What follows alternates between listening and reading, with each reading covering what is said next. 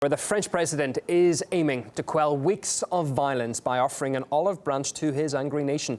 In his first public address since the unrest that was last night it happened, Macron bowed to other demands like tax concessions and a minimum wage rise and declared a state of economic and social emergency. So what now? Let's go live to Strasbourg from some analysis. Always great to have an expert like political science professor John Laughland on the programme to delve into issues like this. Hi, John.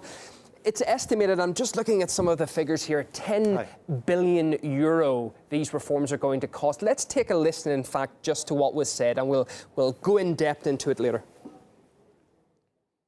The total cost of all the measures is likely to be between 8 billion and 10 billion euros. We are in the process of fine-tuning to see how to finance it. I think the obvious question is, where does he find this money? Will he be able to do it? No. France is broke. France is not only broke, but France is chronically in debt. Other European countries are in debt as well, but France's situation is particularly severe. France spends 40 billion euros a year on interest rates alone, on interest repayments, not capital repayments, interest payments. It's the second largest item on the French budget.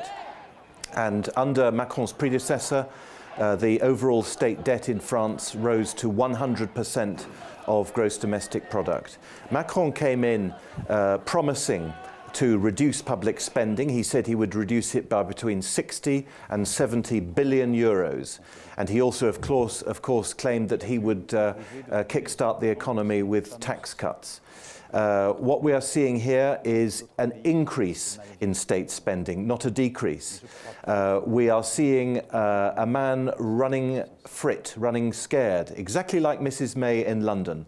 In Paris, the rebels wear yellow vests and they're on the streets. In London, the rebels wear pinstripe suits and they're in the House of Commons. But the effect is the same. This is the end of Emmanuel Macron's promises. And what he did last night was nothing other than a 180-degree U-turn. We did see a poll in the immediate aftermath of this speech, essentially an equal split over support for him and against him. How do we break that down? Because we saw the mass outpouring against him. Who's supporting him? Well, it's a social issue, actually. The middle classes support him, upper middle classes and middle classes support him, but the lower middle classes and working classes are against him. It's pretty straightforward. You can look at the electoral geography of France pretty easily by seeing which parts of the country voted for him last year.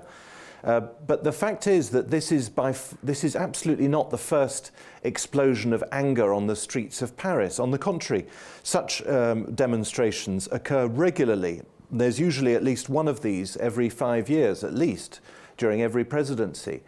And the fact is that ever since at least the 1980s, these explosions of anger have led to short-term to governments giving in, to presidents giving in the short term, not under every presidency, but it's as a matter of general tendency, but not giving in on the one thing which is the root cause of the problem, which is their European policy.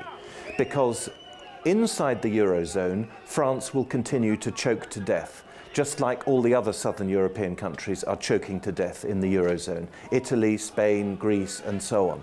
And they're choking to death because of the exchange rate that was fixed 20 years ago between what was then the German mark and the other European currencies. Okay. And in those 20 years, we've seen an inexorable decline in living standards. We're just going right to break, he won't John. Be able to change anything else. I wish we had a little bit more time, but we're going right to break. Political science professor John Laughland. John, thanks as always.